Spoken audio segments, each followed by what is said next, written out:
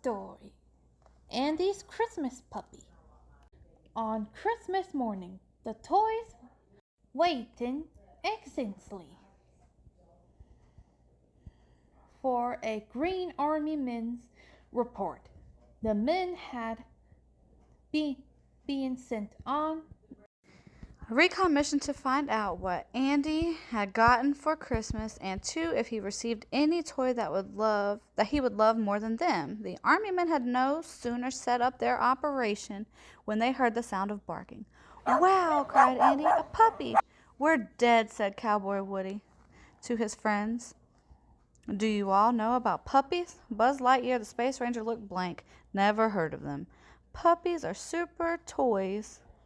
some super toy that's almost human," said Woody. "I mean, they wiggle and run and bark, and they don't need batteries. Kids are crazy about them."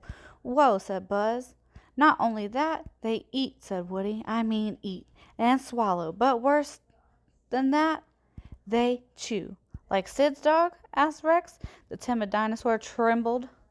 Cruel Sid, who used to live next door to Andy before they moved, often let his dog chew toys. "Now, fellas," said Bo Peep, "you know Andy wouldn't let anything hurt you. He takes good care of his toys." This group stood in shocked silence.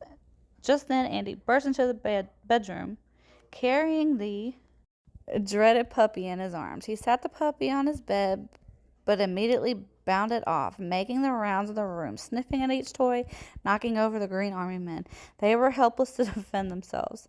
Andy's mother came in, carrying a wicker dog bed and two bowls that said "Doggy." "I'm not sure this is the best idea," she said, "having Buster sleep with you." "He'll be good, I promise," said Andy. "Any problems with him and he goes back to the laundry porch." Andy put the dog in the basket and said "Stay." But the minute he left the room, the puppy raced after him. "The puppy's going to ruin Andy's room," said Woody, "and who knows what he'll do to us. This calls for drastic action. All we have to do is teach this little fella some manners before he has a chance to rip us to pieces," said Buzz. "Or I can just fire my laser at him." "That's it, Buzz," said Woody, "the part about teaching the puppy some manners. We can help Buster find his way to obedience school." They gathered in a circle to plan their strategy. "We need to figure out the bad things a puppy would do," said Woody. "Then we'll help him do them." "How about spilling his food and water?" said R.C. Carr. "I can do that in one run." "I can dent the furniture," said Buzz. "Make it look like the puppy chewed it." "We can all help mess up the room," said Bo Peep. They quickly set about putting the room in complete disarray. They no sooner got themselves strewn across the floor than the puppy came bounding in. Whap, zip, zap. Sure enough, he took each toy in his mouth, shook it violently, and tossed it. The air rained soldiers, dolls, and stuffed animals. The toys got the puppy into such a frenzy that he skidded about the room, chewing everything in sight. Whiz! R.C. Carr headed for the food and water bowls. Buzz flew at the puppy, who had Rex in his mouth. Andy's mother heard a crash and came into the room. "Oh dear," she said, "I knew it." Andy spent Christmas night mopping up the mess and placing each toy on its proper shelf. At bedtime he pleaded with his mother. "What fun is a puppy if you can't sleep with it?"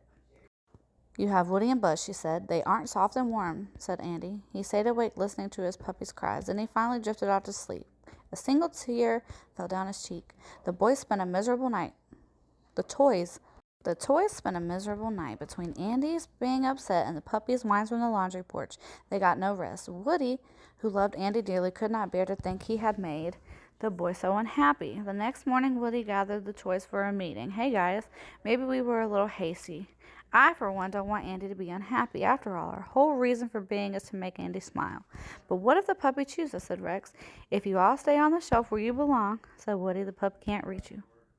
Only Buzz and I are here on the bed are in danger." The toys behaved themselves and stayed on their shelves. When Andy forgot to put one away, somehow it managed to get back to its safe place. Andy's mother remarked how neat he was keeping his room and how well Buster was behaving. "Maybe then," said Andy, you'll give Buster and me another chance." And she did. Each night, snuggled next to the puppy, Woody wondered if his days were numbered, but if one morning at sunrise he and the dog would have a showdown. He liked to think he'd be brave. He would give his all for Andy's happiness, but that day never came. First time the puppy nosed Woody, Andy wrapped the dog gently across the muzzle. "No, Buster."